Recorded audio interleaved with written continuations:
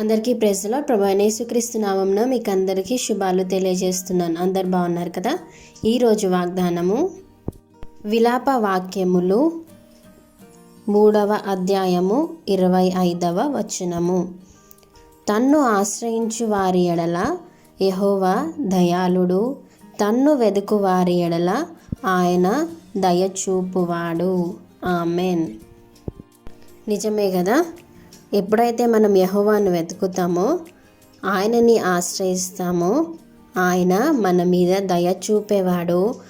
మన దయాళుడు ఎవరు? యేసయ్యనే కదా. అదే రీతిగా మనము 105వ కీర్తన 3వ వచనంలో మనం చూసుకున్నాము. ఆయన పరిశుద్ధ నామమును బట్టి అతిశయించుడి, యెహోవాను వెదుకువారు హృదయమందు సంతోషించుదురుగాక. ఆమెన్.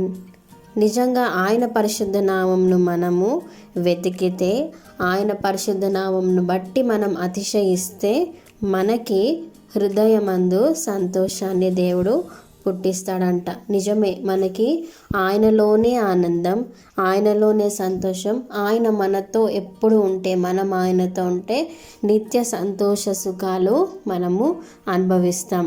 అదే రీతిగా కీర్తనలు 22వ అధ్యాయము 26వ వచనంలో, దీనులు భోజనము చేసి తృప్తి పొందెదరు, యెహోవాను వెదకువారు ఆయనను స్తుతించెదరు, మీ హృదయములు తెప్పరిల్లి నిత్యము బ్రతుకును. ఆమెన్. హల్లెలూయా. ఈ వాగ్దానాన్ని మనము క్లెయిమ్ చేద్దాం. దీనులు భోజనం చేసంట తృప్తి పొందుతారంట. ఎవరు వాళ్ళు దీనులంటే, యెహోవా ఎదుట దీనత్వం కలిగి యెహోవాని వెతికిన వారు ఎవరైతే ఉంటారో నిత్యము వాళ్ళు స్తుతించేవారుగా ఉంటారంట. వాళ్ళు భోజనం చేసేది తృప్తి పొందుతారంట. అదేవిధంగా వాళ్ళ హృదయంలో ఎప్పుడు కూడా నిత్య సంతోషం కలిగి ఉంటారంట. వాళ్ళ హృదయాలు తెప్పరిల్లి వాళ్ళు అంటే పట్టజాలనంత సంతోషంతో వాళ్ళు జీవితాన్ని గడుపుతారంట.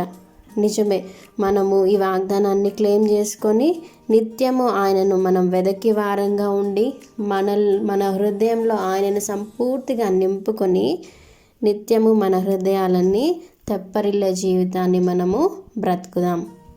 ఈ చిన్న వాగ్దానాన్ని దేవుడు దీవించి ఆశీర్వదించునుగాక. ఎవరికన్నా ప్రేయర్ రిక్వెస్ట్ ఉంటే దయచేసి కామెంట్స్లో మెన్షన్ చేయండి. Thank you. God bless you.